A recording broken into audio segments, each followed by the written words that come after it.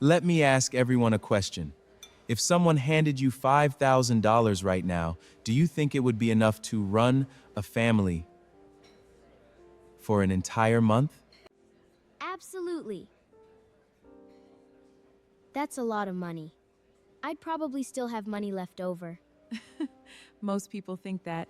But tonight, we're going to uncover something surprising. By the end of this conversation, you'll understand why money can disappear much faster than people expect. Some of them may shock you. So stay with us until the end, because today's lesson could completely change how you think about money. Imagine a family is like a small business. Money comes in, money goes out. If more money goes out than comes in, problems begin. But when a family plans carefully, it can pay bills, save for emergencies, achieve goals, and enjoy life with far less stress. Before we continue, let's hear from you.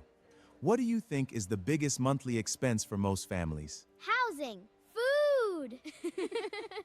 Including transportation and utilities. Utilities? Viewers, leave your answer in the comments and let's see who gets it right. Dad, why do adults always talk about rent and mortgages? Because housing is usually the largest expense a family has. So every month someone has to pay for the house? Exactly. Whether you rent or own, having a safe place to live costs money every single month. Think about building a house with blocks. The roof protects everything underneath. Housing is like that roof. It protects the family. A home is not just a place to sleep. It is one of the biggest financial commitments most families ever make. Quick question for our viewers.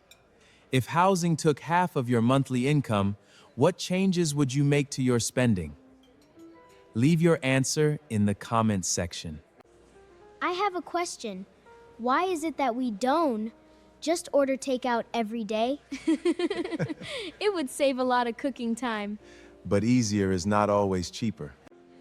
When families cook at home, they can often prepare several meals for the same cost as a single restaurant visit, and still have leftovers for another day. So every meal has a cost? Yes. Every breakfast, every lunch, every dinner. Even every snack has a cost. Wow, I never thought about food that way. Pause for a moment. Think about your favorite restaurant meal. Now ask yourself, how many people could that same amount feed if the meal was prepared at home? Daddy, why do you always tell us to turn off the lights? Because every light, television, gaming console, charger, and appliance use electricity. And electricity is not free. Every light, appliance, and device we use contributes to the family's expenses. So leaving things on is like throwing away money? Exactly. And it happens gradually, little by little.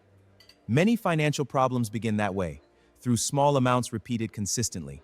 Because small daily habits eventually produce large financial outcomes. A dripping tap wastes water. A forgotten light wastes money. Does driving really cost that much? More than many people realize, fuel costs money, insurance costs money, repairs cost. And even public transportation isn't free. So every trip has a price? Exactly. Transportation helps families get to work, school, medical appointments, and activities.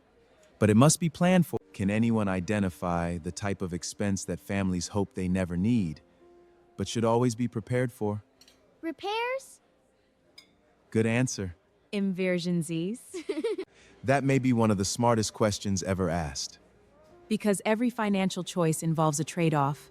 If we spend money on one thing, we cannot spend it somewhere else. That is why wise families prepare by saving before emergencies ever happen. Does it mean savings are not just for buying things? Do you have a savings goal? Yes, I do. But first, let me tell you about the importance of saving. Sometimes savings is really about protecting your peace of mind. It turns emergencies from life crises into manageable inconveniences. If everything costs so much, why don't parents buy whatever they want? That may be one of the smartest questions ever asked. Because every financial choice involves a trade-off. If we spend money on one thing, we cannot spend it somewhere else. Does it mean that when parents say no, it does not always mean they are being mean? Sometimes, when parents say no, it's because they want to protect you. Financial maturity isn't getting everything you want. It's learning what matters most. Not at all.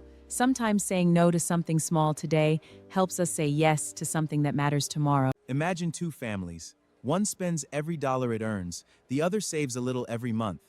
5 years later, which family do you think has more options? The family that saves. Exactly. Saving gives you choices. Choices create opportunities, and opportunities create freedom. Let's play a game. Imagine our family earns $10,000 each month. We must divide it between housing, food, transportation, utilities, saving, emergencies, entertainment.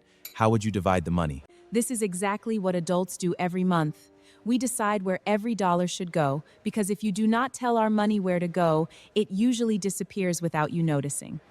So managing a family is really like running a business? That's exactly right. And every decision matters. Every single one. I never realized how much planning goes into taking care of a family. And that's why learning about money early gives you a huge advantage in life. One day, many of you watching will have homes and families of your own.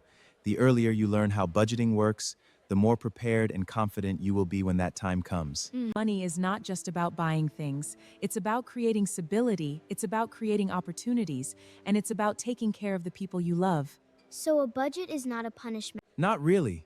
A budget is not about limiting your life. A budget is a plan that helps a family protect what matters most and build a better future.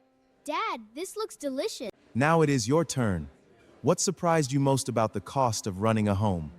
Was it housing, food, transportation, utilities, or emergency savings? And if you had 10 budget tokens, how would you divide them?